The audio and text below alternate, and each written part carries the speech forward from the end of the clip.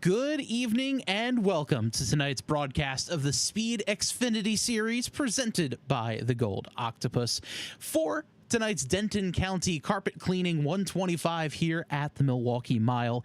Good evening, everyone. My name is Bob Giaquinto. Joining me, as always, is Joe Nunziata. And Joe, the Milwaukee Mile, very, very difficult place, and the regular season finale for the Speed Xfinity series.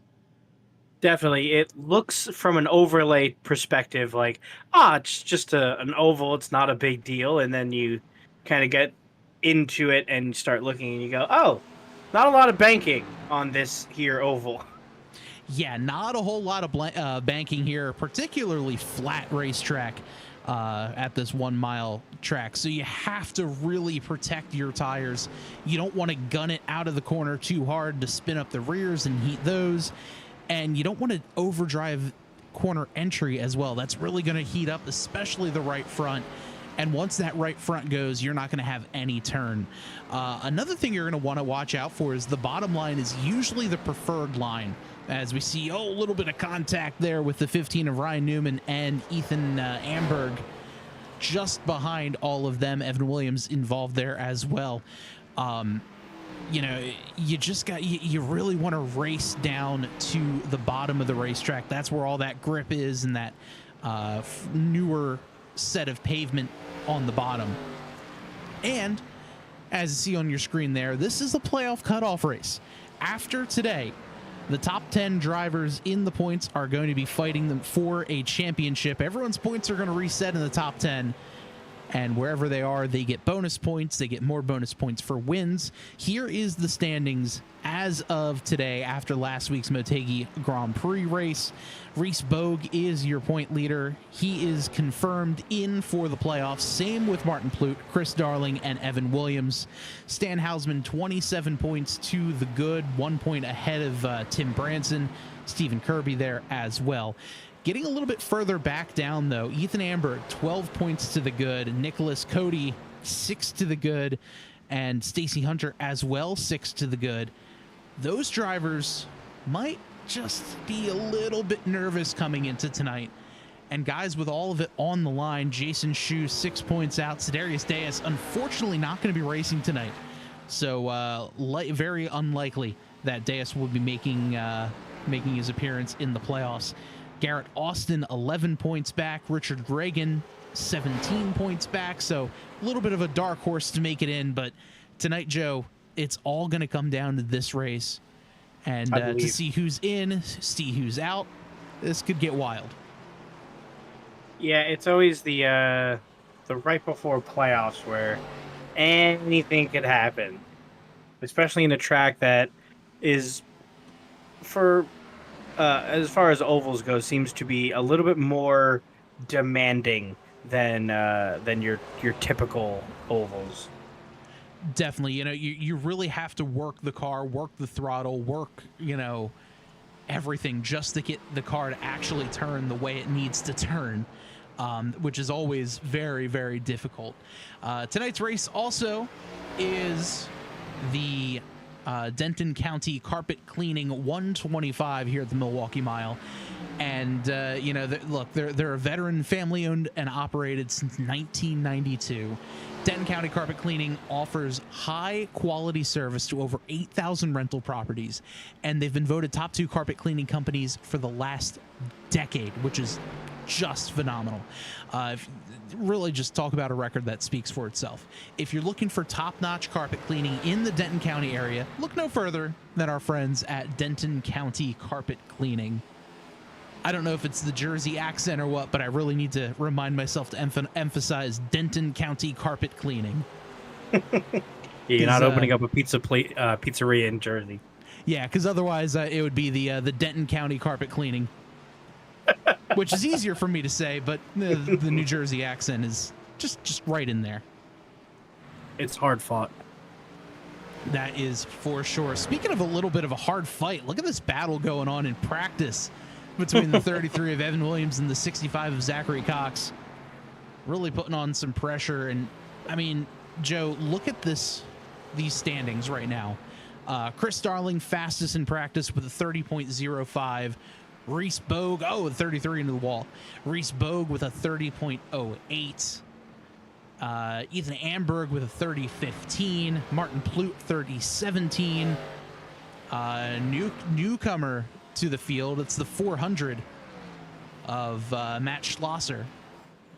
He's running a 30.21. The entire field, all less than a second apart. Yeah, this is gonna be one of those fun, interesting, crazy ones.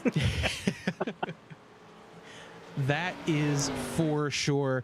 And let's ride on board here with the driver of the number 81, Martin Plute, because Martin's got our in-car camera with us once again. And Martin had said, you know, I'm going to dress the part for tonight. As you can see, he's got the sand wedge out behind him. However, there are no sand traps here at the Milwaukee Mile. We can confirm. So I don't think we're going to be naming any corners after Martin yet. You never know. But we'll see. So that is going to be fun having him on board here tonight with us. We'll chat a little bit later on as we're getting ready to wrap up practice here.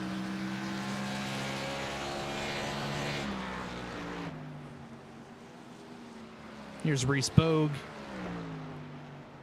3/100ths of a second separating him and Chris Darling. Yeah, and I'm assuming these guys weren't racing at the same time here, and that's when things kind of get interesting, is when you start right next to each other. You know, you start, I'm going to keep up with him, or, you know, I'm going to keep up with him, or I'm going to try to lose him, but those times start to blend when you're not by yourself on the track. Yeah, and you know, it's one of those things, I could definitely catch him, and then you find yourself either overdriving, underdriving, you know, staring at the guy in front of you's bumper, and whatever mistake they might make, you make is, you know, tenfold. So, you know, there's always those little bits there that make it interesting. That's usually my issue. I'm like, I could almost catch him. I was only 2 laps out, or 2 seconds out, or a half second out. And then I try to, you know, drive a little bit harder, and then I crash into the side of a wall. Yeah, that sounds about right. Yeah. And I cursed the whole time. So we are just getting underway now for qualifying. A couple of drivers jumping out right now. Chris Darling is out there. Martin Plute is out there. Jason Schue heading out there as well.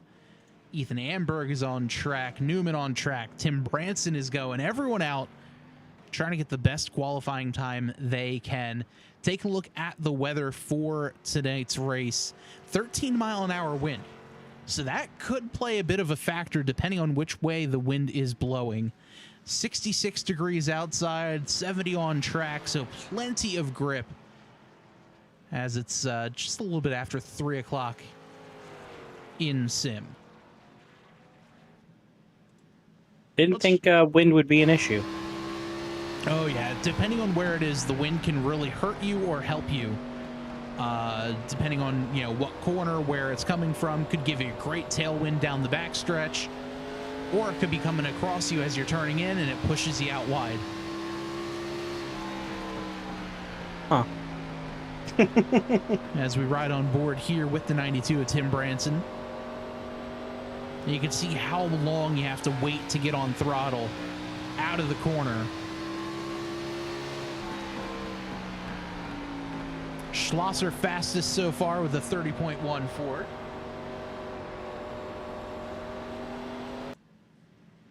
Let's see if Schlosser's able to pick up coming out of 4 his second lap.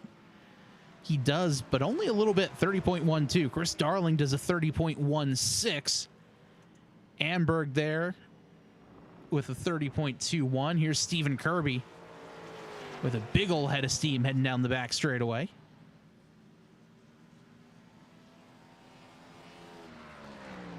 Let's see what Reese Bogue is up to.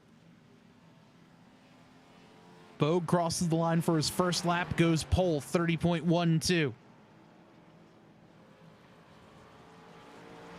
Will he be able to pick it up for the second lap? Oh, little sideways at it too.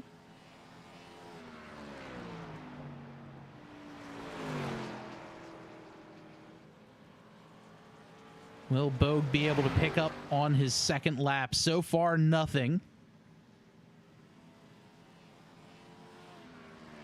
And he does, barely, but a 30.11. That's going to give Bogue the provisional pole right now. Cox making his way out from pit road. Or parking it.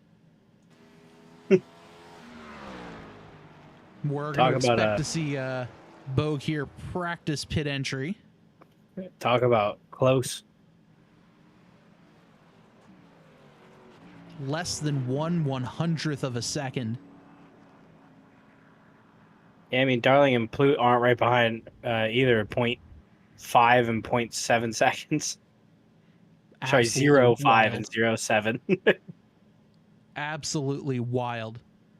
As Bogue pulls it down pit road, and we have an empty, silent racetrack.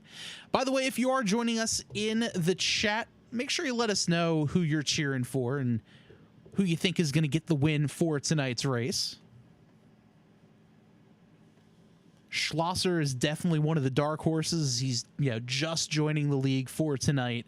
Chris Darling, always someone exciting to watch. Same with Martin Plute. Amberg is another one.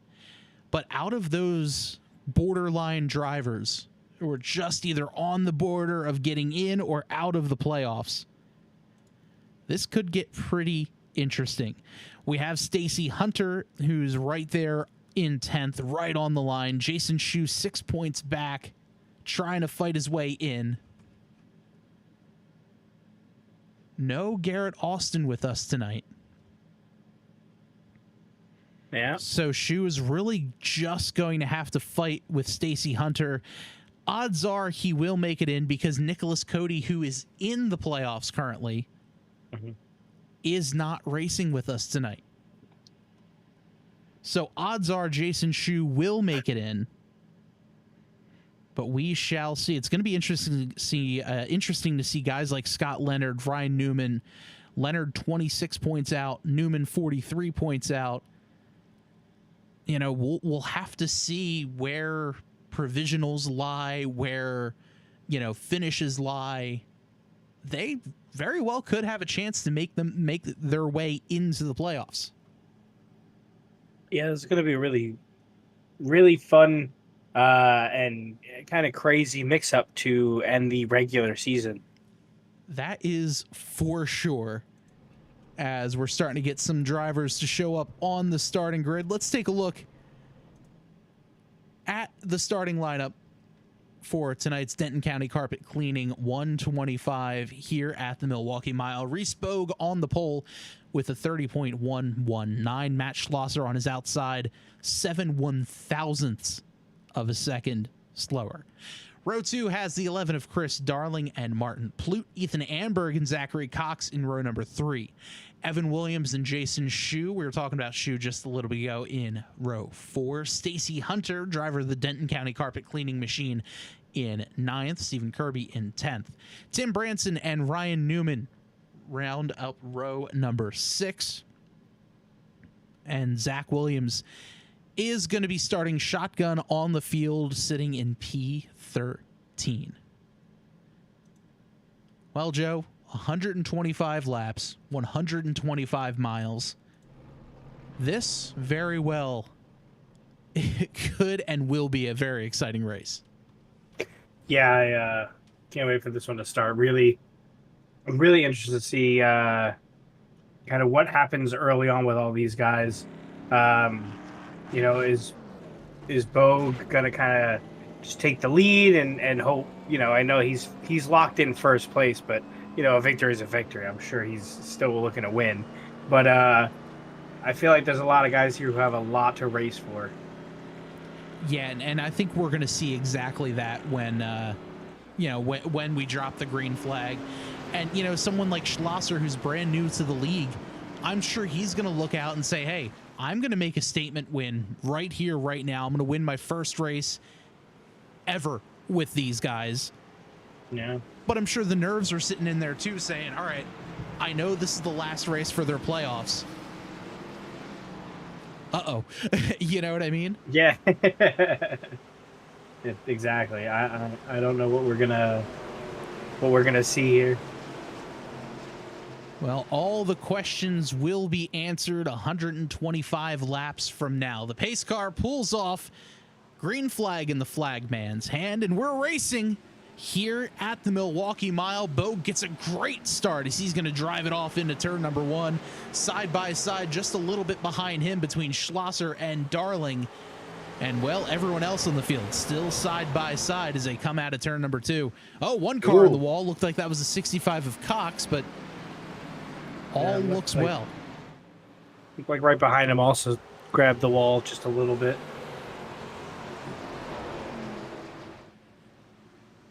So Reese Bogue will lead lap number 1.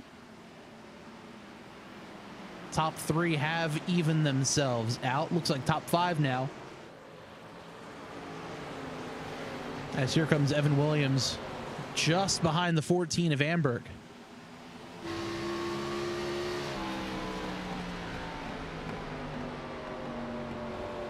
Right now, the tires are coming up to temp. Air pressures are coming stable.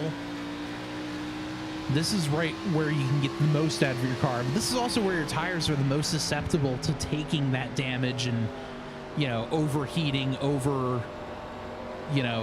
just being overworked and overused. We got a little sideways there coming out of 2. And trouble. Zach Williams goes around. Let's see what happened here to the 60 or the 35 machine.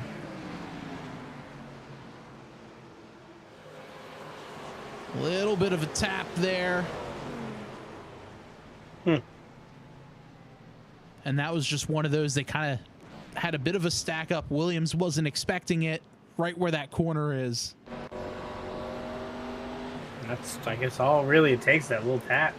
Yeah, one little tap and it just sent him sideways. And you know, that's kind of why a lot of drivers enjoy these bank tracks, because it takes a lot more skill to get around these flat tracks faster than the bank tracks, rather. And you don't really need to worry too much about, you know, the banking helping you through the corner.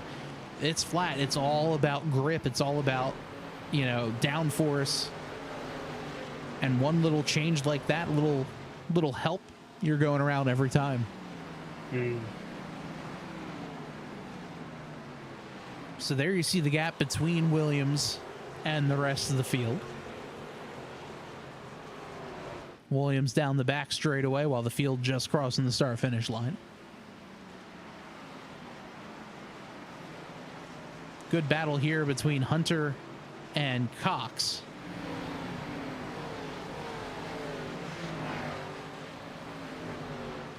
Little higher exit that time. Cox just trying to find the best way to get a run on the 71 of Hunter.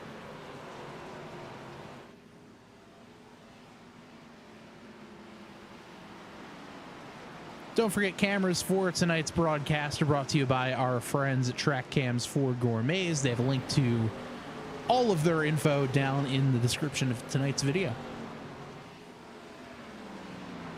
I finally get to experience on my side the fancy cameras, and good job, guys. Yeah, they do a fantastic job over there at Track Cams for Gourmets. They also have a whole road course package that is unbelievable. But since we only race one road course a month, we just stick with the basics. Yeah. After yesterday, we don't talk about road courses. Or the Martin Plutesses. But speaking of, Plut has been able to get around Chris Darling, so move Plut up to 3rd. Darling back to 4th. Let's take a quick look at how that one was done.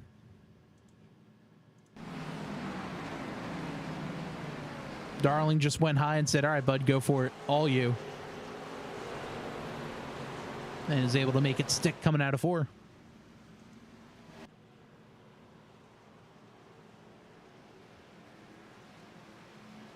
Meanwhile, out front, Bogue has not been able to get away from Schlosser. Schlosser just over 2/10 back, but still hot on the heels of the 04.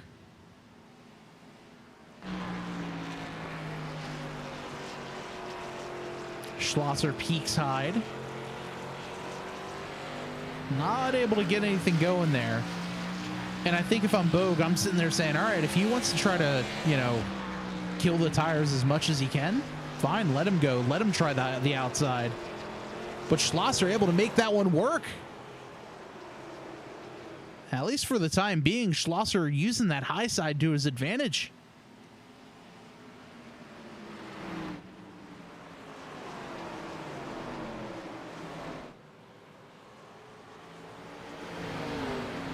Interesting. So we got basically a 4-car breakaway right now.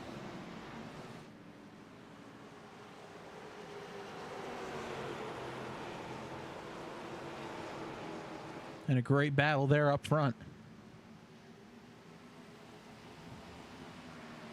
Here comes Schlosser to the inside. Can Schlosser make it stick? Bogue to the high side. Bogue going to try to get more momentum out. Can't quite get it done. So we'll go ahead and move Schlosser. He'll lead that lap, but they're still side by side. Bogue crowds him on the entry.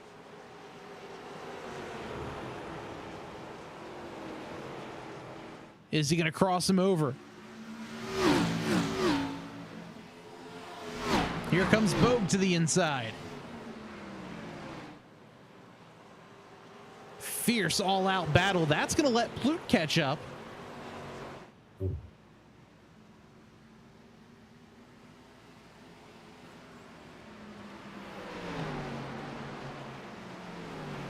Can he do it? It's going to be close. Like you said, it looks like the inside line is the preferred line. It looks like they're able to get a little bit more power out of the outside line. But yeah, just able to carry a little more momentum. This time, Bogue rolls up the track a little bit more. Little snap loose from both drivers. This battle has been incredible so far. They're racing like it's the last lap. There's still 110 to go.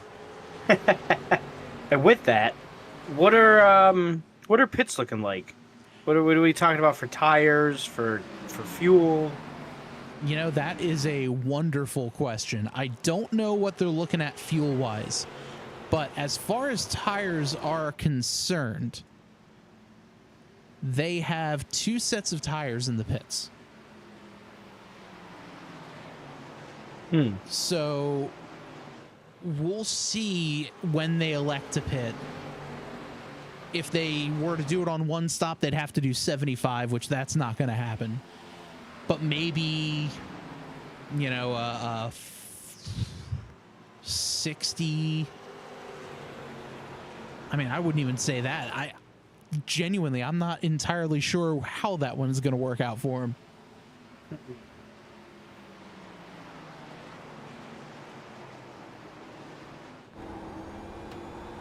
Interesting.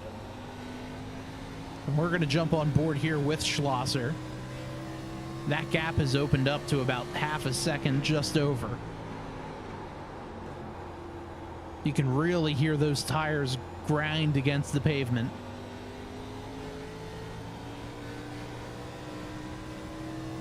Hear him feathering the throttle as well.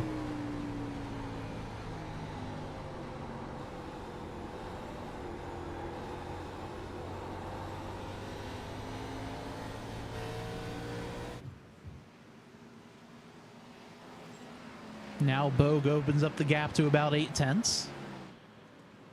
Meanwhile, got a little battle brewing here between Darling and Plute.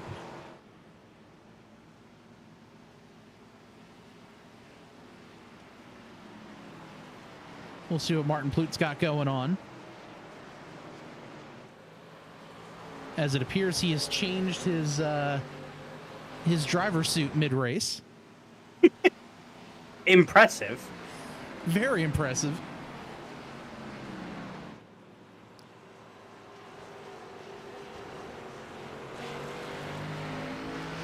as we jump on board with Flute.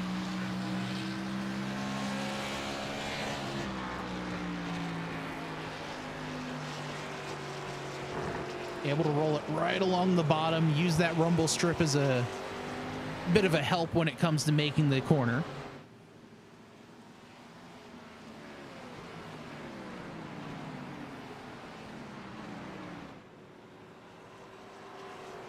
That's a thing I never thought to do. Yeah, a lot of times these drivers will use whatever bits of the track are there to honestly even help upset the car. Because as soon as you upset the car, that kind of kicks it sideways. That's going to help you turn. It just kind of depends on how severely you hit said thing. Mm-hmm. And that'll determine how well it helps you or hurts you in turning. That makes sense.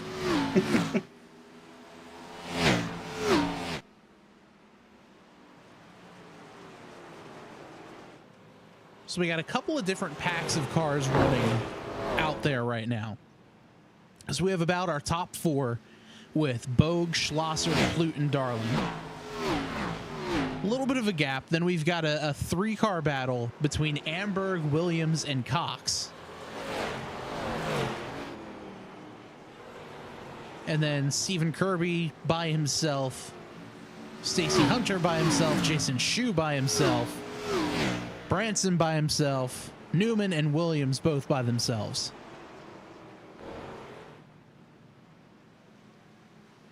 So, top 2 guys are trying to keep this one together. But with Milwaukee, you're more so racing the track and racing your own car as opposed to racing the others around you. Yeah, it seems to be the case.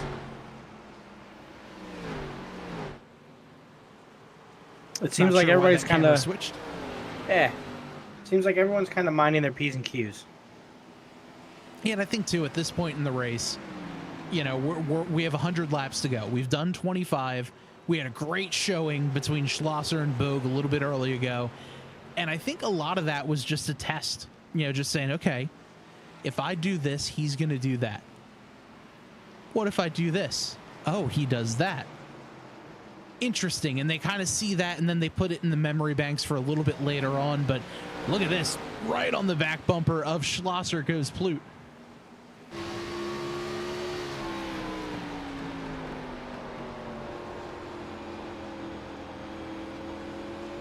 Here comes Flute to the inside. Schlosser just says, all right, bud, go for it. Or does he? Here comes Schlosser trying to battle back on the outside. He might have scraped the wall a little bit. That's going to allow Flute around. And now we'll set the target for Chris Darling to get around Schlosser.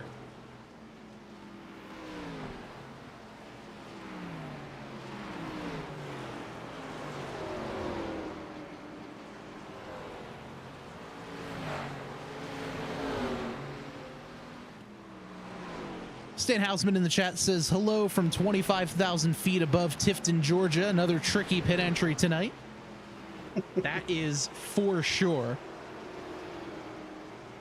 We'll see that a lot tonight, and those barrels could be in for a workout. We'll take a look here as the field makes their way coming out of turn 3. We'll see those yellow barrels coming up. Right over here, those yellow barrels there.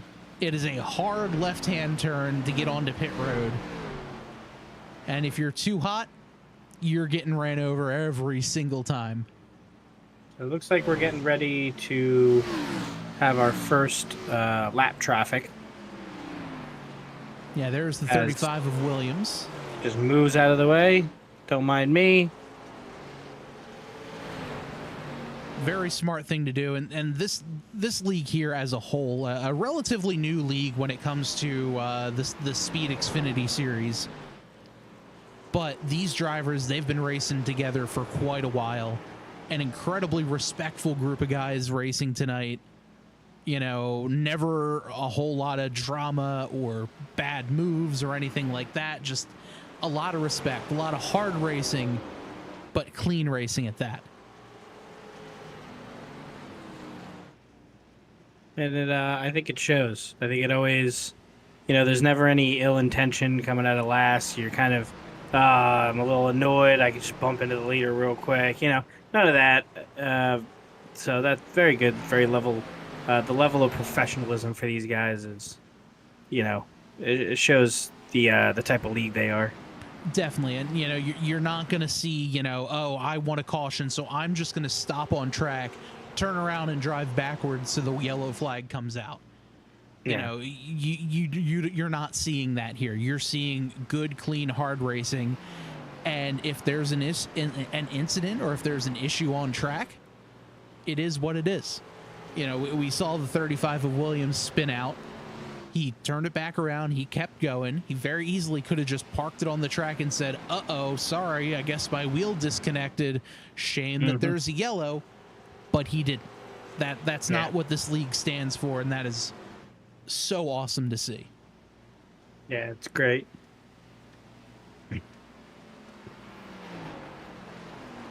So now I'm starting to wonder when these guys are going to pit. I was just thinking about that too. Yeah, you got 2 sets of tires. Technically, you've got 3. So you split the race up into 3. So you think of like 40 to 42-ish? I would expect somewhere around there. If we're splitting it up into thirds, 40 to 45 maybe. Figure pit on lap 40, pit on lap 90, and then you have a 35 lap run to the finish. Mm-hmm. Yeah, this way you're guaranteed, okay, you can definitely make it if you make it to 40 or 45. You can definitely make it if you make it to 90. And then you have 10 less laps and your car's driving like it is right now coming to the finish, as opposed to 10 laps from now when you can't get it to turn. You have to slow down way more. You're frustrated. You want to, throw your steering wheel out the window.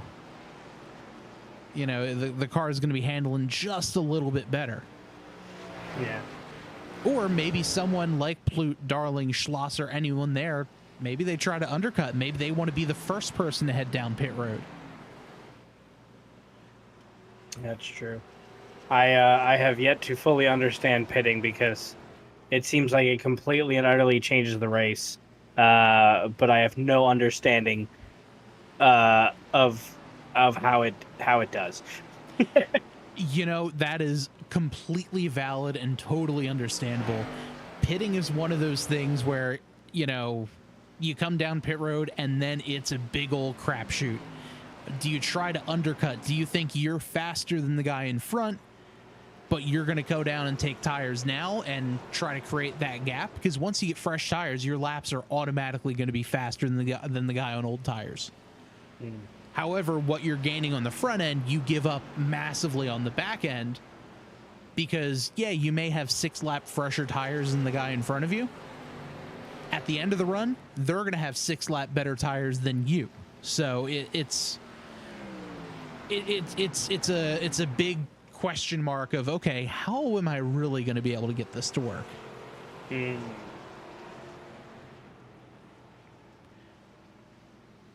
there, Joe, I don't know if you saw, but that was an interesting couple of lines there ran by both the 41 and the 4 and the 81.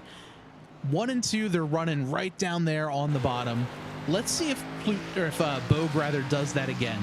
He kind of ran 3 and 4 higher than the dark asphalt there. Kind of running on both there. Cuts it down. Does not touch the rumble strip.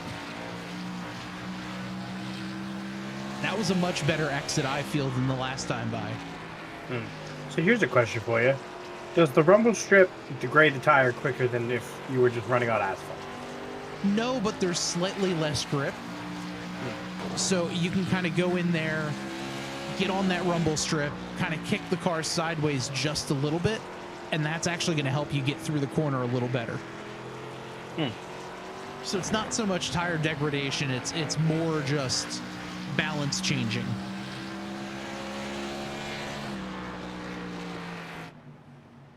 Interesting. I always thought that the rumble strip was kind of like if I had 100% of a tire and every second I lost 1%, my brain was like, well, rumble strip is uneven, so it's going to eat the tires faster. But yeah, that's not super. I mean, if you ran one whole lap on the rumble strips versus the asphalt, maybe I could see that happening. But it's so thin, and the difference in, you know, altitude, for lack of a better phrase, on the rumble strip isn't really gonna chew anything up too much. Gotcha. Just me on the highway things. Yeah, well, that's basically what these rumble strips are. They're just those hey, wake up rumble strips on the highway, just on steroids. Yeah. So we're coming up on lap 41. And if our air quotes math is right, they should be getting ready to pit. And as we say that, we have a taker, Joe. Yeah, I was taking an educated guess, but now I feel like a genius. So here comes Schlosser down pit road, our first driver to hit the pits. ADHD, super math, strikes again. So Schlosser down on pit road. He's in his box. He is taking all 4 tires. Chris Darling comes down pit road.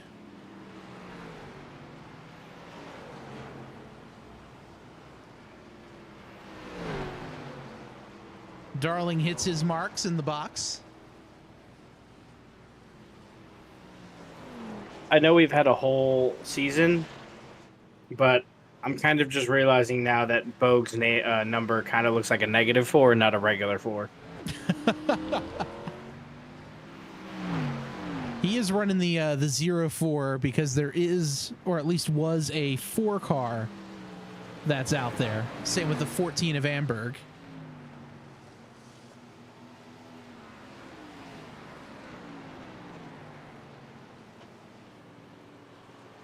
So there's Darling just in front of Bogue, the leader. Tim Branson heads down pit road. I'm interested to see what these differing strategies are. Yeah. Schlosser is going to have the better car for now. Yeah. I'm wondering if Bogue is trying to just two-pit it. I don't even know if he's going to be able to be honest with you. Yeah. If these guys are coming down now, I mean, we did say roughly 40 to 45 laps. And yeah, I think Bogue, no, he's not coming down yet. Because he'd have to hit, what, 62 to do it in one pit? I don't think that's possible. Yeah, I don't see that happening. I'd probably say 64 to be safe, just to give you an extra lap, but I don't see that one working out too well. Because I feel like the tires will be down to nothing. Yeah.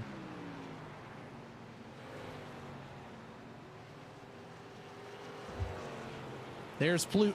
Plute heads down pit road. Here comes Amberg as well as Cox. Will they be able to make it down? They do.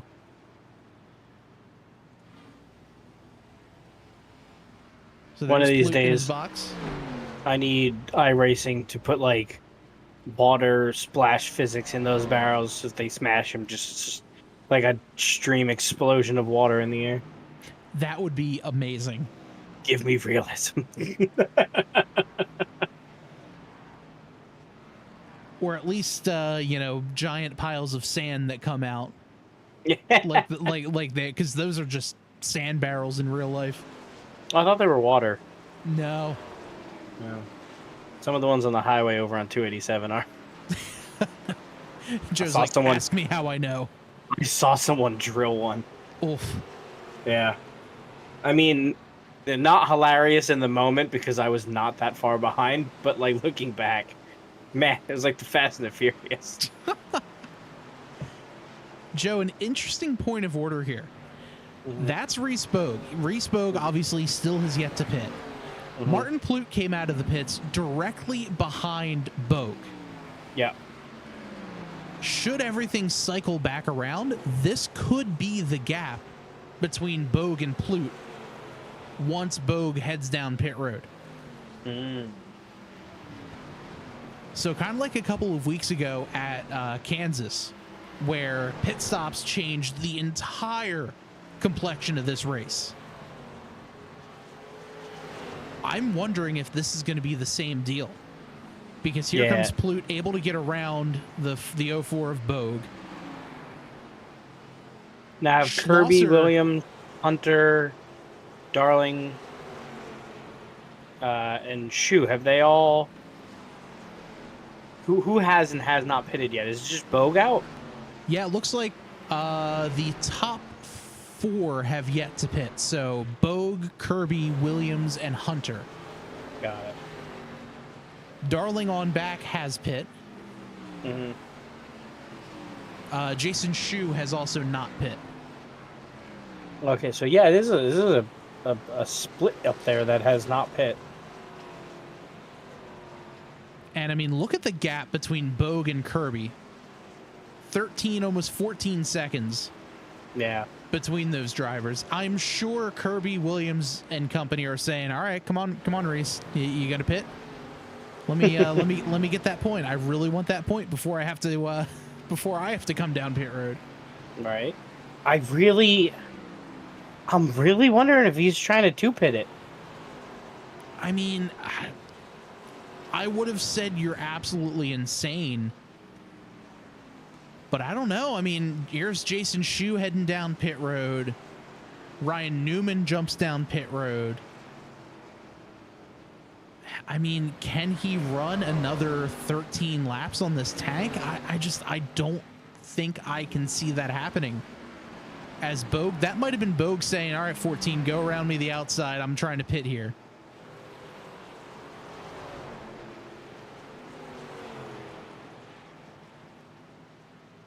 Yeah, here comes Bogue down pit road now. So no 2-stop, but 52 laps on a tank. That's interesting. Yeah, because because you're still gonna have to pit 2 more times, or at least 1 more time. So it's still, so what? I'm trying to figure out what that buys you. I don't know. Let's listen into Williams here as he goes into the corner. Is he clutching? I thought I heard him. He was. He is. Williams is clutching big time to try to save fuel. But he might be out.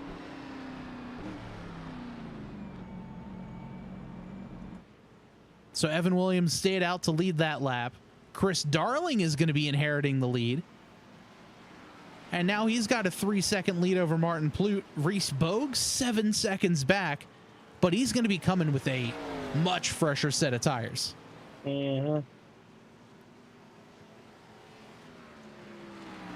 So here's your pit strategy for you.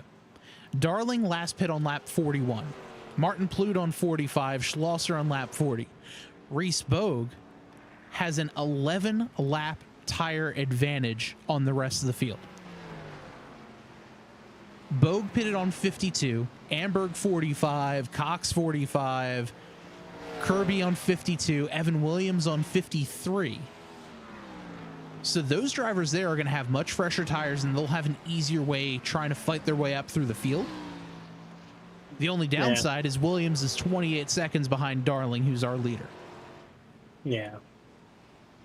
You see Williams right there, just cut through the front of the frame.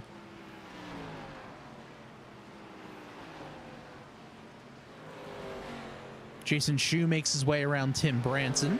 Let's take a look at that replay. Every point for Schue tonight matters.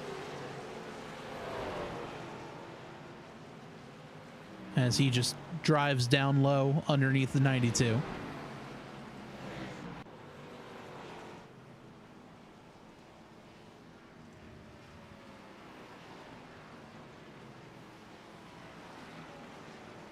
So we're sneaking up ever so closer. Nope, someone ran off the track for a second. Zach Williams. Let's take a look to see what happened. So Williams just sideways out of 2. Able to keep it out of the grass. What a great save. Yeah. Let's take a look at that one more time, because that was an incredible save there by Williams.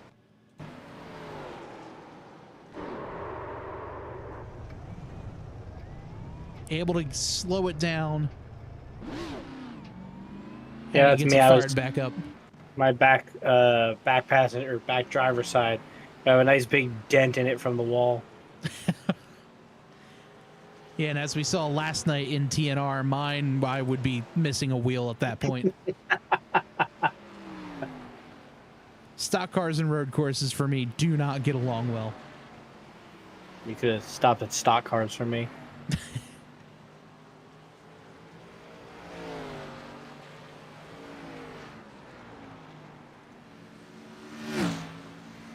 Bogue has made his way back up and is gaining time quickly. Yeah, look at that. There's Bogue there. Ooh, we have a yellow. And oh, trouble. Let's see what happened. Looks like, oh, Ryan Newman, the culprit for this incident. Newman out wide and, oh, big slide. Hard lick. Brings him right across the track, too. Great evasive maneuvers from, well, the rest of the field. Oh, I don't think that one. I don't think that one's coming back out. Yeah, I don't think that was going to be salvageable. Let's take a look at that one more time on the replay. This time from the roof of the 65.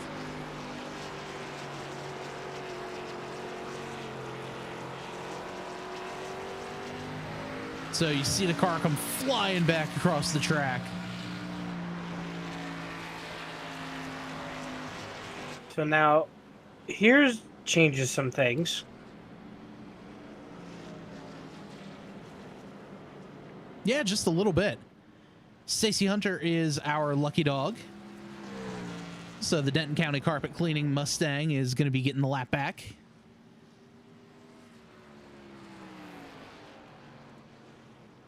So we'll see if anyone comes down pit road. I mean, everyone's on very, very different strategies.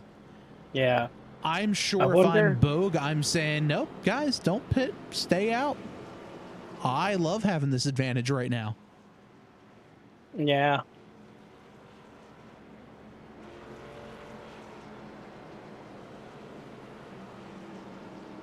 So what is it? So he made it 55 laps? 52 laps. 52 laps.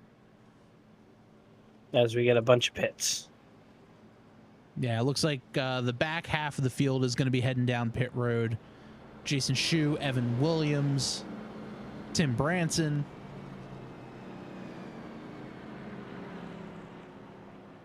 Now, I assume there's only 2 sets of tires. They're just taking fuel. Yeah, that's likely going to be fuel only for those guys. Mm-hmm. Just because, like you said, there's only 2 sets of tires out in the pits. Yeah. You know, I'm down they're to going to one want set those now. Yeah, I'm assuming they're going to want those closer to lap 80, 85. Where in this case, I don't know, 90. Yeah, I mean, if we're kind of judging by them splitting it evenly in thirds, Darling pit on lap 41. Mm-hmm. Double that, that's lap 82. Yeah. In that case, he's going to have a longer stint at the end with that last set of tires and go from lap 82 to 125. Yeah. Whereas if you're someone like Bogue, you just did 52 laps. You double that, that's 104. You got 20 laps to the finish. You're golden. You're going to have much fresher tires. And, you know, you're going to have the faster car. It just all depends on where everyone else is on track. Are there multiple yellows? What's happening there? Yeah. But we'll have to see. So the lights on the pace car are off. We're going to be going green with 61, 62 laps left tonight. So think of that maybe as a bit of a halftime break. A brief intermission. Yes. Stand up, stretch a little bit. We're golden. But this is where it's going to get exciting. Pace car pulls off. Field under the command of the 11 of Chris Darling. Green flag in the air. Great jump by Darling. He's going to lead the field into turn 1. Here's Bogue to the inside of Plute. They're side by side. And is Bogue going to clear him? Not quite yet. And they're going to drag race down the back straightaway.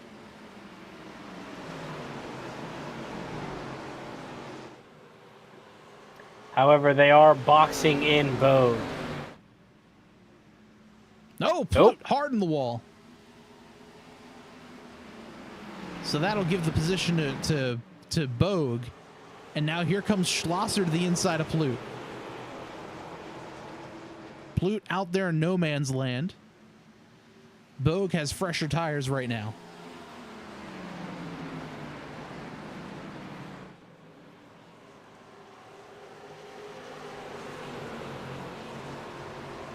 Darling out of 4.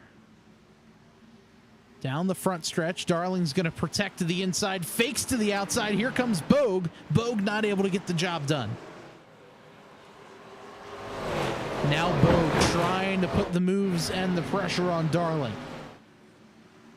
Darling looking in his mirror. And he's going to try to cut off the inside. Bogue's going to have to go the long way around to the outside. Here comes Martin Plute into the mix. Can Plute try to disrupt the apple cart and try to throw his car into this fight? As looks like Kirby snags the wall a little bit on exit. Oh, trouble! Darling hard to the wall. Comes down across the track. Oh, I think that's race over for him. Let's see what happened there. As we're going to need another quick replay. I think it was a little bit of contact. Well, just a little tap.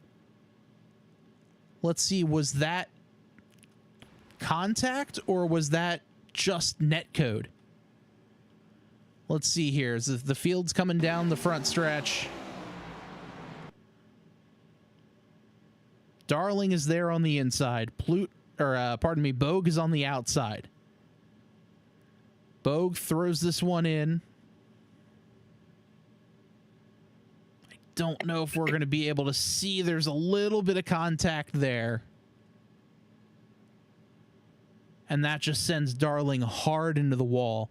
I want to get one more look at this, then we'll go back to live action. Yeah, which is not a yellow. Yeah, not a yellow, mind you. Not sure why, but not a yellow. But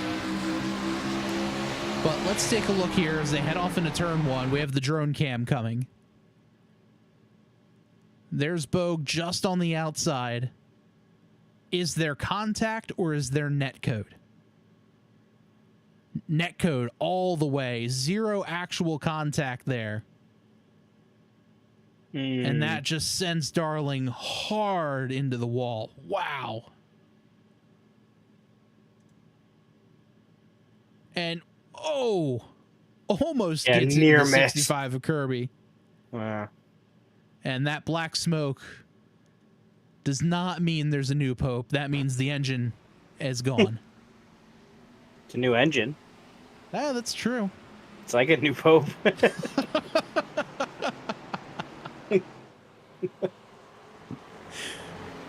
Meanwhile, out front.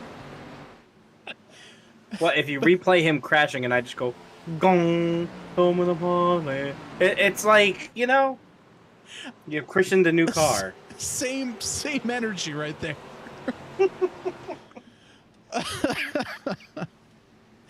I don't even know where to go with that one. Oh, man, a very tough break there for the 11 of Chris Darling. Yeah, Bogue that's a rough one. Martin Plute looking to avenge his teammate.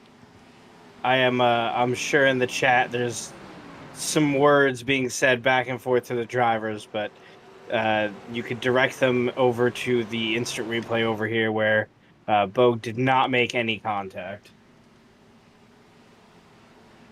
Yeah, and that is something that iRacing has been having an issue with lately, of just phantom right rear contact, which you get right to that corner. iRacing kind of predicts one car coming up, the other car coming down, and iRacing thinks that there's contact. And then because of that estimate, it sends the car into the wall when really there was no damage or contact. So a very, very unlucky moment. That's going to move Darling all the way back down to 12th, out of the race. Yeah. He'll join Ryan Newman in the garage.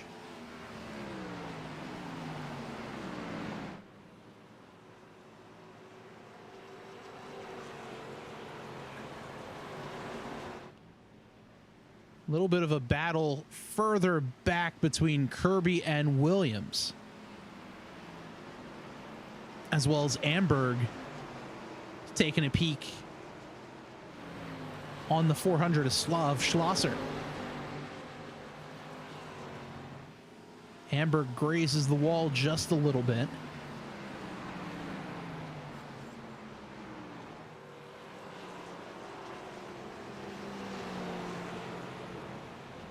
Here comes Williams to the inside.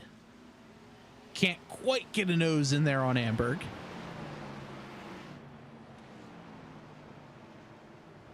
Oh, he does. He gets his nose in. A little bit of contact. That's going to push the 14 up.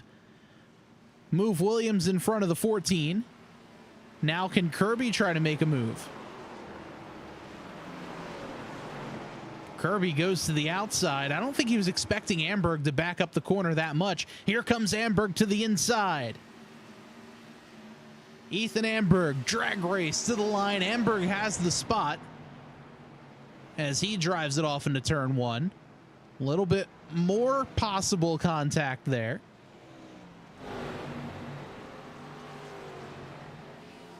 As now Amberg, I'm sure, a little hot under the collar after that contact.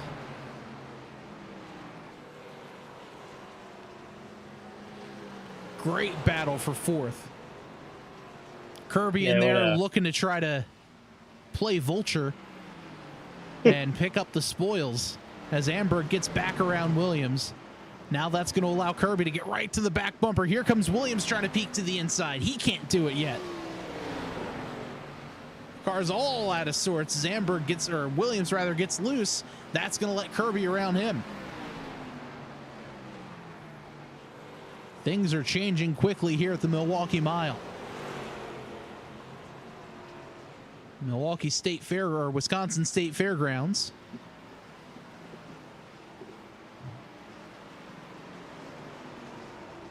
NASCAR Truck Series races here in real life. The IndyCar Series also raced here this year in real life.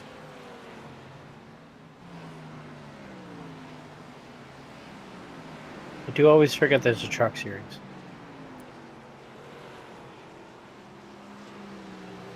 Well, after the product some of those races put out, I'm sure a lot of fans like to try to forget that there's a Truck Series. There was a terrible wreck between driver Matt Mills and I think the other driver's name was Connor Jones. Jones didn't appreciate blocking, which is part of racing. So he completely cleaned out Mills and actually sent Mills to the hospital because of the wreck for smoke inhalation. So NASCAR has announced that they're going to be reevaluating the penalty given to Jones, because initially he was just given a 2-lap penalty and sent back out, but NASCAR will be looking into that in a little bit more detail, because that absolutely should not be tolerated at any form of racing, whether it's virtual or real life. Yeah, it's wild. But enough about real racing. Let's talk about pretend race cars driving around in a circle, shall we?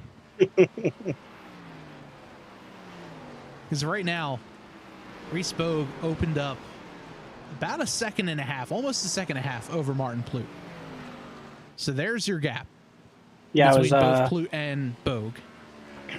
I was watching these guys as you were kind of looking at the back of the pack. I think Plute has been trying to drive in to the same line that Bogue is running, but Bogue is on much fresher tires, and I think that's ending up hurting Plute in the long run because his tires just can't keep up.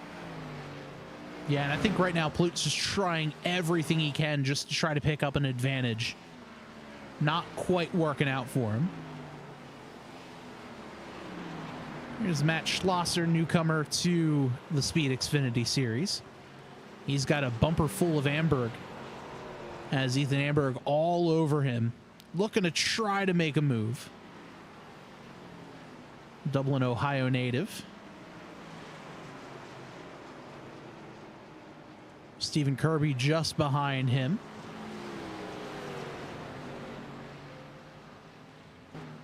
There's Evan Williams as well.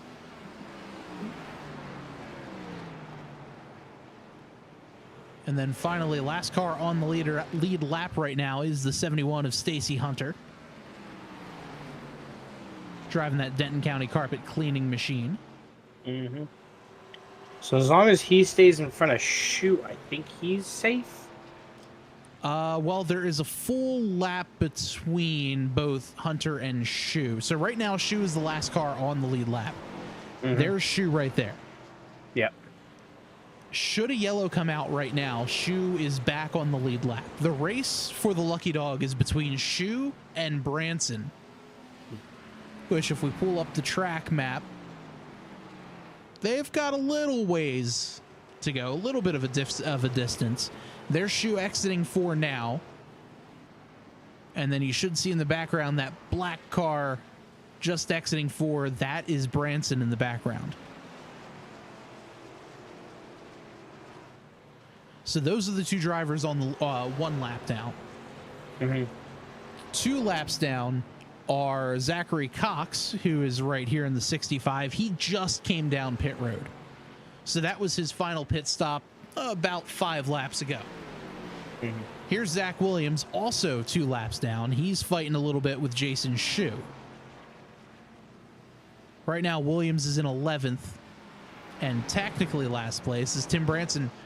He's going to make his way down pit road, Joe. So interesting case. So in terms of standings, Hunter is currently in that 10 spot. Yes. Schue is in the 11. Yes. And then Cody is tied with Hunter. So what does Schue need to pick up to get into the top 10? I think as of right now, Schue should be fine. Mm-hmm. Because no matter where he is, he's going to make up the 6-point gap between he and Hunter. Or, pardon me, he and Cody. Because Cody's not racing tonight. Gotcha. So, all in, Schue should be a playoff driver once this race ends.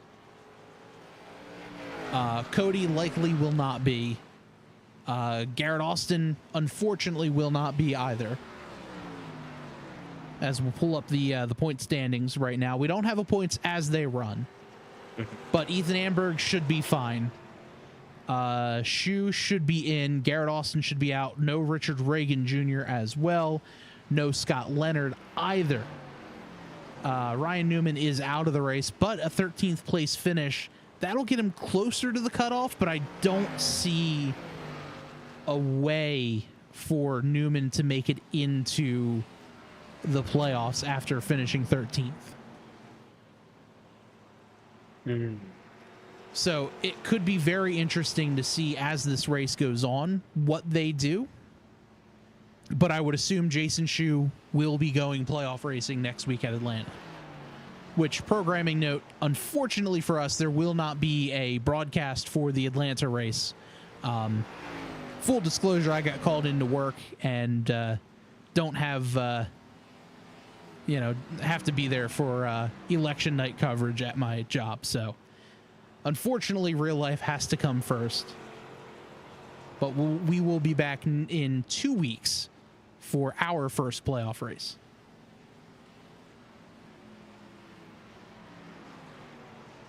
I haven't given enough training. I haven't been given enough training to take the wheel. It could happen soon, though.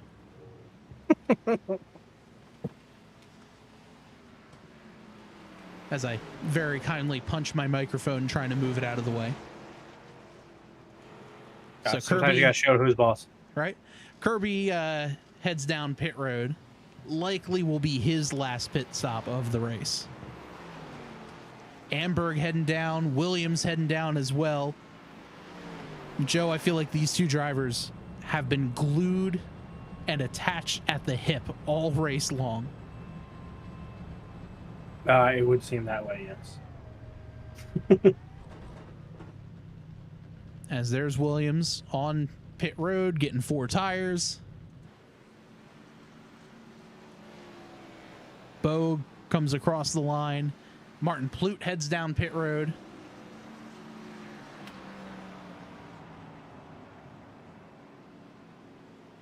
So he's going to make it into his box.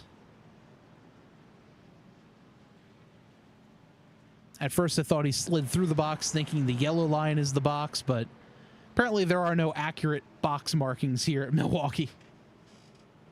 Right.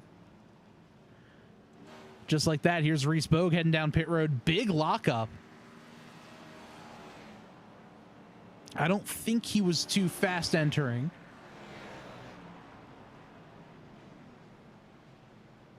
So Bogue's on pit road.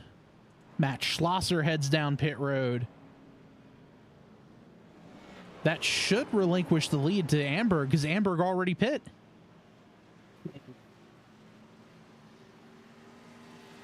But I believe Amberg was already a lap down. No, he wasn't. So there goes Ethan Amberg. Amberg is going to take the lead. 30 laps to go. This is going to be the battle for the win right here. And only a 2-lap tire difference between Amberg and Bogue.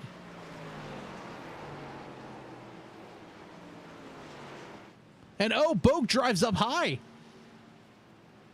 I think he might have overdriven the corner. Let's take a look at that one, because that was surprising to say the least. So yeah, let's take a look at the front tires there. It drove in, and wow, we had to save it. Bogue on cold tires almost threw it into the fence.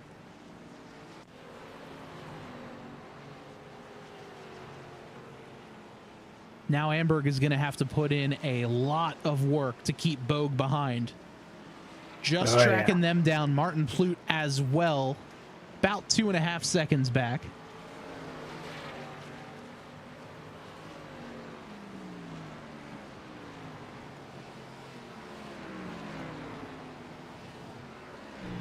As we'll jump on board here with Martin Plute.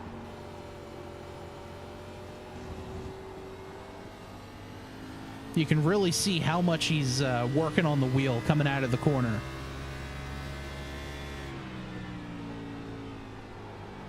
And you can see how the wheel interacts in real life as well.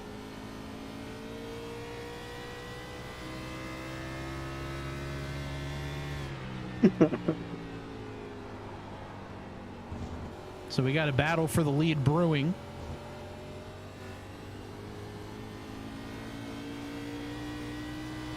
Godad Farming sends ice skating. Yeah, that's basically what it looks like. As we've got a fight for the lead between Amberg and Bogue.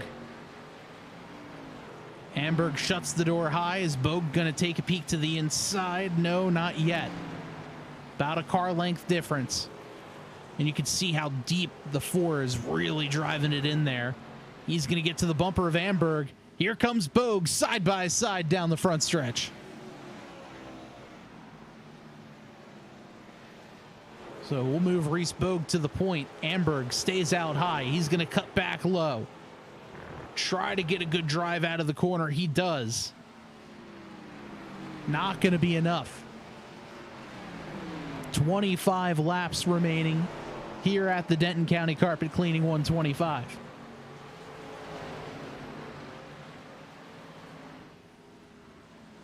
Lapped car now separating Bogue and Williams, or Bogue and Amberg,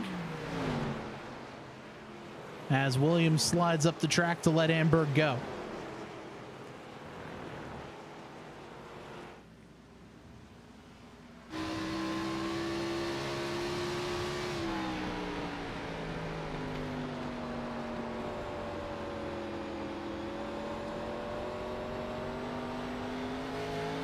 Bogue a little squirrely out of 4.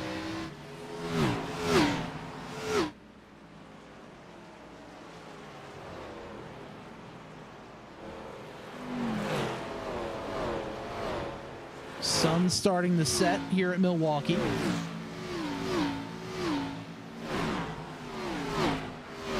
Track temperature still at 70 degrees, so plenty of grip out there for these drivers.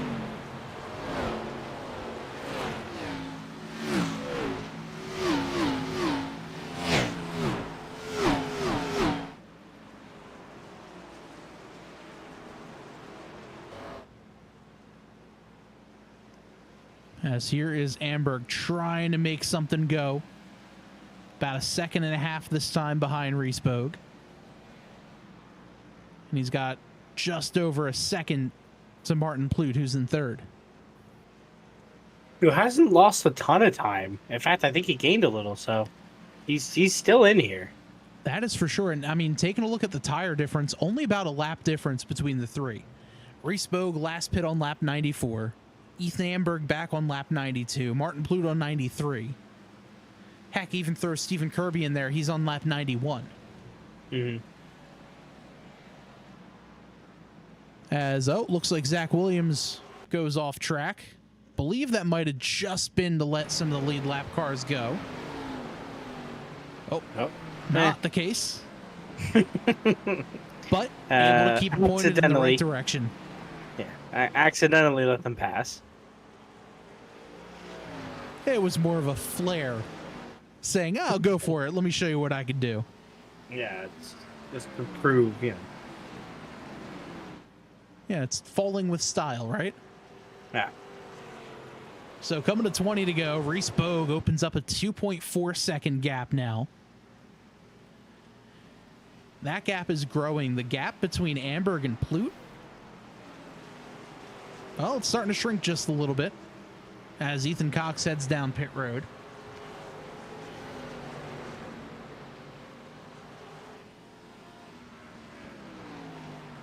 Plute trying to get around the 71 of Stacy Hunter.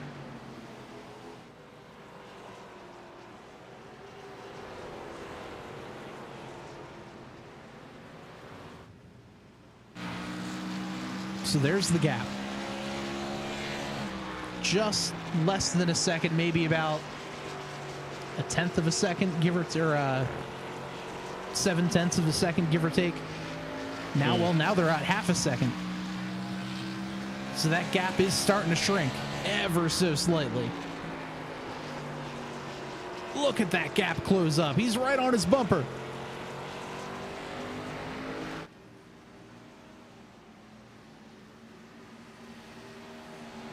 Joe, I don't know what that was, but somehow Plute was able to make up what felt like an entire mile between he and Amberg. Yeah, these guys are fighting, but I'm noticing as these two are going back and forth, the distance between them and Bogue is just growing. So Bogue is like, no, please. You fight each other for the next, I don't know, maybe 16, 17 laps.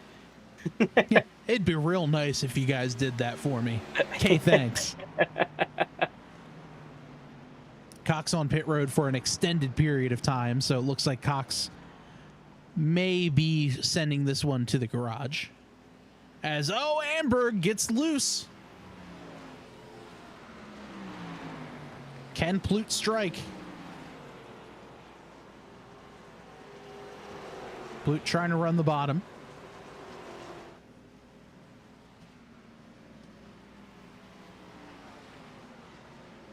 Now takes a peek up high.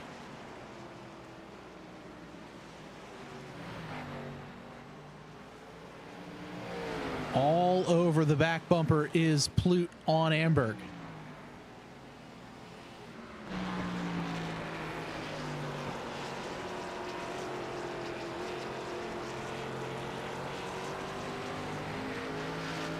Now they're getting to the point where the tires are tired.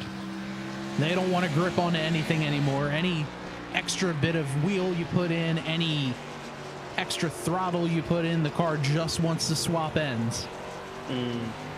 Doing everything they can, these drivers are, just to keep the car pointed in the right direction, out of the wall.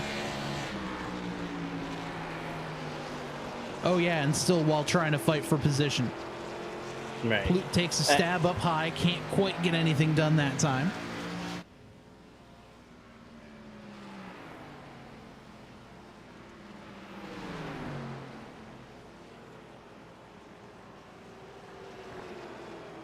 Here's Plute. He gets a nose in on Amberg, can't quite make it stick.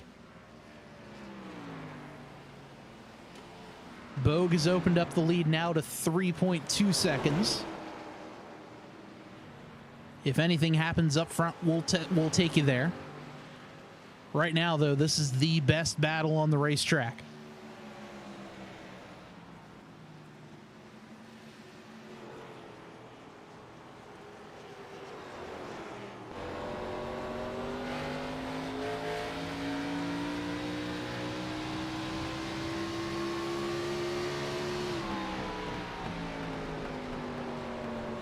Amberg drives it in deep. He's going to push up the track. Here comes Plute down to the inside. Drag race. Plute's going to have momentum. Amberg's got the position. Now the shoe's on the other foot. Here comes Plute to the inside. It was a heavy break from Amberg.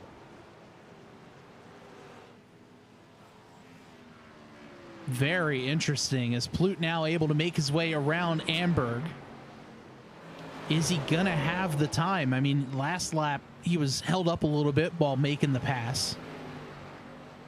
He's got 3 seconds to go in 11 laps. That's a lot of time, but still a lot of race left.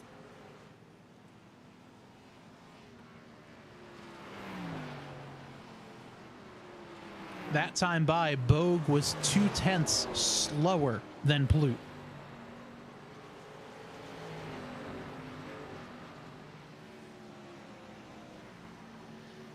Two tenths times 5 is a second.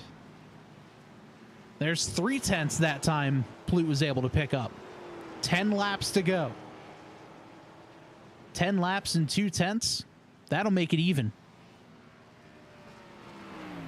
So this is going to be a nail biter. Fuel not an issue. Oh, Plute gets a little loose in the middle of 3 and 4. That might let Bogue open up the gap just a hair. Still, Plute was just a little less than 1/10 faster that time. 9 to go.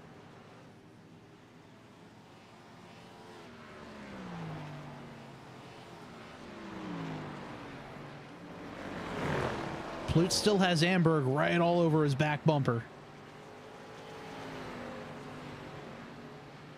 Oh, Plute sideways out of 4. Dirt tracking it. That time, Bogue picked up 2 seconds on him.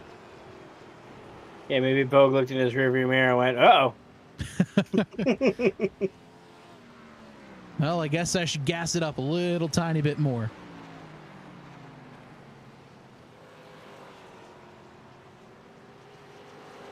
Eight more laps around. Don't forget, if you like anything you saw out there tonight, make sure you follow us along. Follow us here on Twitch. You can subscribe to our channel here on YouTube. Make sure you like the video, send us a comment, share, and all the other fun stuff. Really would help grow our channel, as well as get the name out and the word out about the Speed Xfinity series.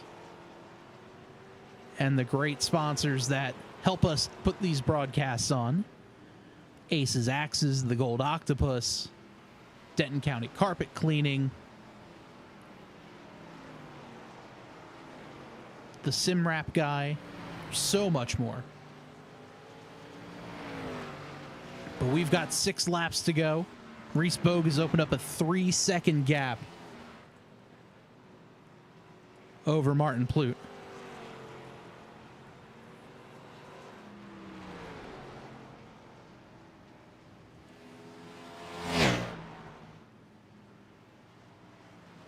Five laps to go. Well, barring anything crazy, this is looking like it is going to be who it is. But crazy has happened. Yes, crazy has absolutely happened. Similar to how last week there was a yellow with only a couple of laps to go and changed the entire complexion of the race at Twin Ring Motegi. We've seen leaders crash out. We've seen, you know, drivers lose internet connection and essentially have a blown motor. You know, we've seen so many different things happen. And I'm sure if I'm Reese Bogue, I'm saying, guys, shut up. We don't talk about these things.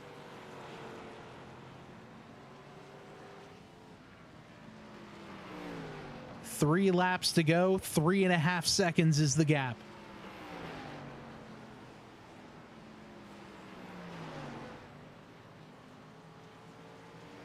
This has been a great, great race. Very clean race. Only one true caution. Another incident that probably should have been a caution. Yeah, that one was a little wild. But because of that, 2 laps to go here at the Milwaukee Mile. 2 miles until Reese Bogue could potentially see that checkered flag in the air. Gap is now opened up to 4 seconds.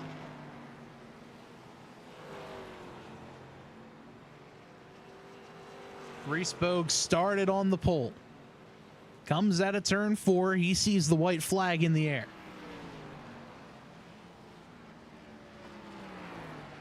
One more lap around. Bogue drifts high, powers back down low, diamonds the corner, gets a great drive off. Down the backstretch, one final time.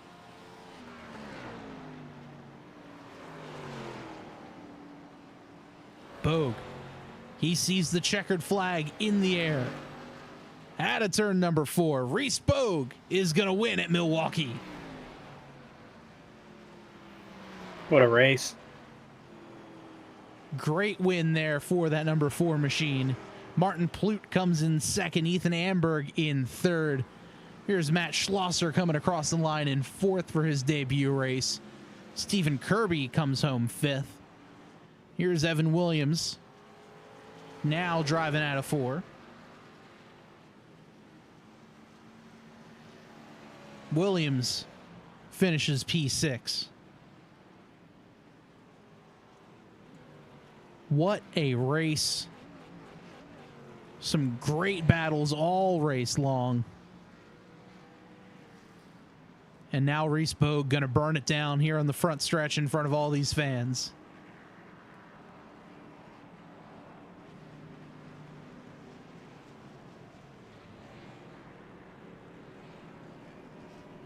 What a crazy race for Bogue. Almost pitched it away coming out of the pits. Somehow was able to save it.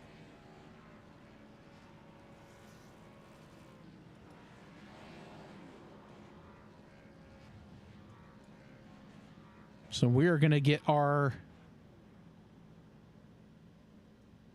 drivers here into the interview waiting room.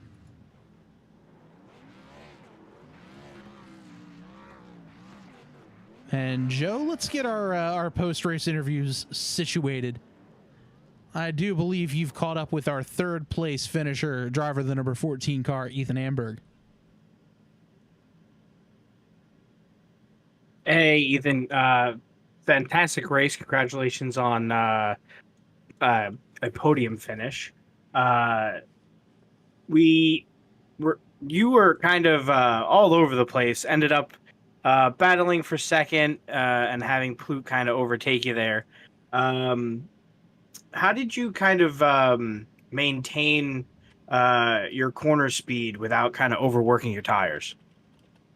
Yeah, on that last stop, I ended up taking two. I figured it was the only strategy play I could make to give me any shot at getting out of the little bit of the mess that I was in and racing for first or second. So I really focused the end of that run on just saving tires, straight drives off the corner, not sliding them too bad getting in, messing brake bias on the fly just a little bit to see if we could dial in just a little bit of stability. But overall, the racing was awesome. I was able to keep it planted on the bottom. I kind of just went in with a mental philosophy of I'm just going to plant it here, and someone's either going to have to go around the outside or move me. And I got the bumper a couple times, but it was fun. And with that, the layout in Milwaukee is not exactly passer friendly. Where did you find your best opportunities to kind of make your moves? Really had to focus on getting a run off the corner and overdriving the entry a little bit and running a diamond and kind of hoping the person on your outside doesn't stick it there. That was the best way to keep momentum rolling. I think that's how I made pretty much all of my passes tonight, just rolling entry on the bottom and trying to clear them by the center. Awesome. Well, fantastic race for you. Great showing. You have any shout outs for us? It was great racing with Martin and Reese today. Clean racing. It was a lot of fun. Guys over at Highline Motorsports do a great job. The Highline Motorsports Chevy was flying today. Always thanks to them, but not a ton going on today. Appreciate you guys putting this broadcast on. It's always fun to go back and listen to. Awesome. Well, thank you so much, and good luck next week. Thank you very much. Appreciate it. All right, that was our second place finisher, Ethan Amberg. And I'm now joined by not only our in-race reporter, but our second place finisher, driver the number 81 machine, Martin Plute. And Martin, congratulations, second place finish. Talk us through your strategy there. Tire heavy for sure there tonight. Yeah, it was good. Absolutely lit him up in the last stint and just overcooked it, trying to get ahead of Reese there at the pit stop, which was never going to work, but you had to try it. So it was good. It was a good race. Yeah, definitely an interesting one. Joe was just talking to Ethan, and he was just saying, the goal was just keep it planted on the inside, and if someone has to pass me, they're going to have to try to move me. Was that kind of your thought process as well? Yeah. Reese could run that outside line a little bit better, and I just never was able to. I mean, some people were doing some crazy stuff with the brake bias and dropping it all the way down. I could not keep the car under me doing that, so you just really had to run the bottom and try to make it work down there and save tire. And, playoffs starting next week at Atlanta. What are your thoughts about the playoff? Only a 5-race, winner-take-all kind of playoff situation. And going to Atlanta, which I believe is the super speedway layout. What are your thoughts there? It is. I mean, that'll be a good race. Looking at the schedule, there's some real crapshoots in there. Mid Ohio is going to be rough, but Atlanta will be a good place to start off with. Should be, as good as a super speedway can be. So. Won't need the golf club. On the side, won't need the golf clubs next week, which will be nice. We were joking about there not being any sand traps for you. So, I'm just glad that you didn't have the sand trap. You didn't need the golf clubs here. No. I mean, I could have used something to hit the front of this car to make it turn a little bit better, but didn't need to get out of any sand traps. Well, Martin, congrats there on the second place finish. Before we let you go, I'm sure you have some shout outs, so let's hear them. No, thank you guys for broadcasting. It's always good to watch these back, especially after my comedy tour last week. And thanks everybody in the league. It's a good race, good racing with everybody. Ethan was a lot of fun to race with there at the end. He had 2 tires. So that was kudos to him for making that work, because I don't know that I would have been able to make that work at all. So, no, it's good. Awesome. Well, Martin, congratulations again on the second place finish, and looking forward to seeing you out there next week at Atlanta. Thanks. See you next week. All right, that is Martin Plute, our second place finisher for tonight's race.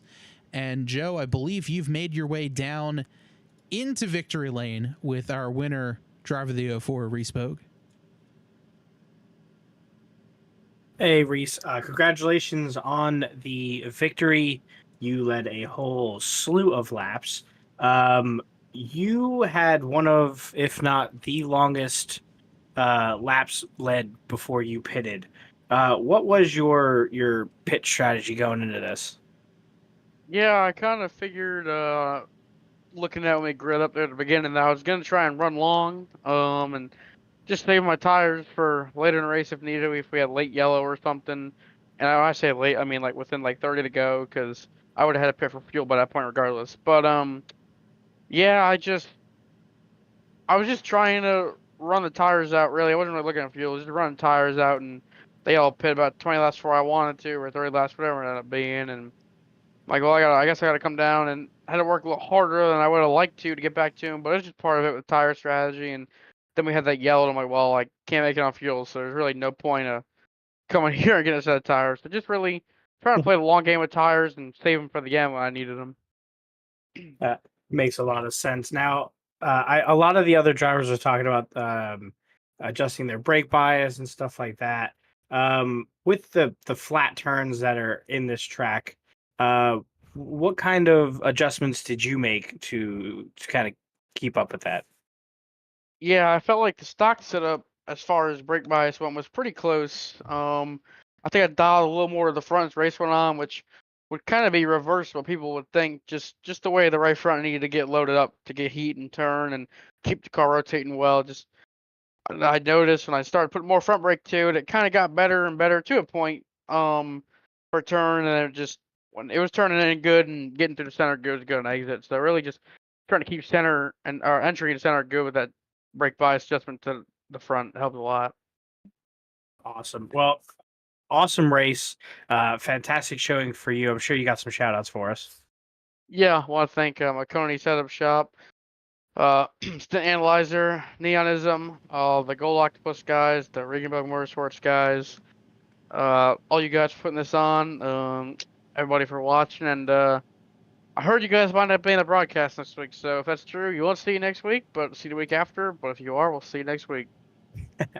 Well, that sounds good. And congratulations for taking first in the regular season. So you will be going into the playoffs in the #1 spot. So congratulations and good luck next week. Yes, sir. Thank you, guys. We'll see you soon. All right, that will do it for our interviews for tonight's race. And Joe, what a great run they had tonight. Only one caution and still plenty of action all over that racetrack. Definitely. Let's take a quick look here at the final standings for tonight's race. Reese Bogue gets the win and does it pretty handily. Had a 4.5 second gap over the 81 of Martin Plute, who comes home second. Ethan Amberg in third. Matt Schlosser, newcomer to the Speed Xfinity Series, finishes in fourth. Stephen Kirby in fifth, and Evan Williams rounds out your 6 drivers all on the lead lap. Stacy Hunter finishes seventh. Tim Branson in eighth. Jason Schue in ninth. Zach Williams 10th. Zachary Cox 11th. Out of the race, Chris Darling and Ryan Newman, bringing us to the end of our 13-car field. Well, Joe, like Reese had mentioned, there will not be a broadcast, unfortunately, next week for the Speed Xfinity Series at Atlanta, but you can join us in 2 weeks as we'll be getting back to our regularly scheduled programming for the Speed Xfinity Series. Real quick, I do want to thank our friends at Denton County Carpet Cleaning. They are your go-to source for carpet cleaning and your carpet cleaning needs. They're veteran and family owned since 1992, and they offer cleaning. They offer high quality service to over 8,000 rental properties, and they've even been voted top 2 carpet cleaning companies for the last decade. So that's just a record that will speak for itself. If you're looking for top-notch carpet cleaning in the Denton County area, look no further than our friends at Denton County Carpet Cleaning. As far as Tabletop Trio is concerned, you can join us tomorrow night at 8 o'clock Eastern for a very special Fall Friend Festival that we're very loosely calling it. You're going to be doing some cooking, going to be making some mead, and just having ourselves a really, really good time. So make sure you check that out tomorrow night, 8 o'clock Eastern, right here both on Twitch and YouTube on the Tabletop Trio Podcast Network. So, for one final time, I'm Bob. I'm Joe. This has been the Denton County Carpet Cleaning 125 here at the Milwaukee Mile. Thank you so much for watching. We'll talk to you next time.